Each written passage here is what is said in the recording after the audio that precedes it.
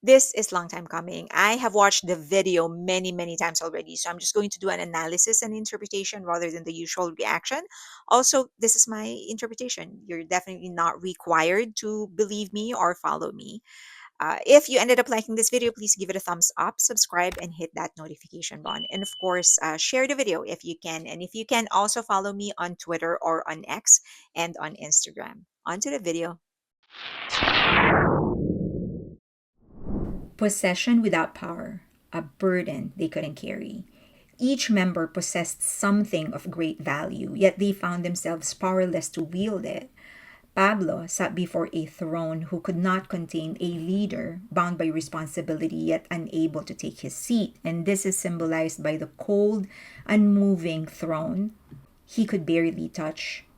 Josh was surrounded by immeasurable treasure, yet he remained paralyzed, unable to move. Any movement he makes, it seemed to hurt him. Ken had the illusion of freedom, yet darkness resided with him, a force he was both fighting and surrendering to, symbolized by the black crow. Stel seemingly had everything, yet he was trapped, held captive by an evil impostor. And Justin possessed immense power, but to use it, it seems it meant he had to face unbearable consequences, power that could either save or destroy him. In the beginning, each time he tried to use his power, it seemed to either scare him or hurt him. So, yeah, they were kings, warriors, and visionaries, yet they were shackled by their own possessions. The dying tree of life, a symbol of their struggle. At the heart of it all was the tree of life, an ancient force that was withering away. Justin recognized its importance. In fact, he tried to touch it. I think he was trying to use his power to try to bring it back to life, but later on realized that it's impossible for him to do it alone. As the tree faltered, so did the world around them, and they were starting to see it. It was clear they had to bring it back if they want others to have a chance at surviving. The question was, how? A world in chains, the consequences of inaction. While the five struggled with their own burdens, the people suffered. They were imprisoned, starving, and desperate, waiting for salvation that never came. Their fate was tied to the five, it seems. Yet the members remained trapped in their own dilemmas. They were struggling. So the world was actually in decay, and the only way forward required a choice that none of them, at least in the beginning, were ready to make. The moment of reckoning, the price of freedom. In a pivotal moment, Ken was prepared to kill. But whom? Some believe his target was Stel. Somehow, killing the imposter would probably set Stel free, and that somehow will allow them to bring the tree back into life. But to me, the scene remains intentionally ambiguous. I'm not really sure who he was going to go after, but nevertheless, Pablo intervened, stopping him before he could act, preventing a path that could have led to irreversible destruction. So the message was clear. Violence was not the key. Instead, to be truly free, they each had to surrender what they held most dear. Ken, plagued by the darkness in him, had to embrace the crow within him, using its strength to shatter the mirror and save Stel. Pablo had to leave behind his throne, walking away from the very power he was meant to wield. Josh had to abandon his treasure, letting go of material wealth. And Justin had to use his power to retrieve the book, despite the toll it took on him. Stel, after finally breaking free, was left weakened and vulnerable. And only by letting go of what once defined them could they truly change the world around them. The ultimate sacrifice turning to stone to revive the tree. In the end, the five approached the dying tree, offering themselves to bring it back. Their sacrifice restored the tree, but it came at an unimaginable cost. They themselves were turned to stone. They had the power to hold on to their possessions, chase their own desires, and walk away. But instead, they chose to give everything to revive something greater than themselves. They became martyrs, immortalized not in life, but in the legacy they left behind. I do think it is a reflection of SB19's journey and the sacrifices they are making for the Philippine music industry. This story is more than just fantasy. It is a metaphor for SB19's role in the Philippine music industry.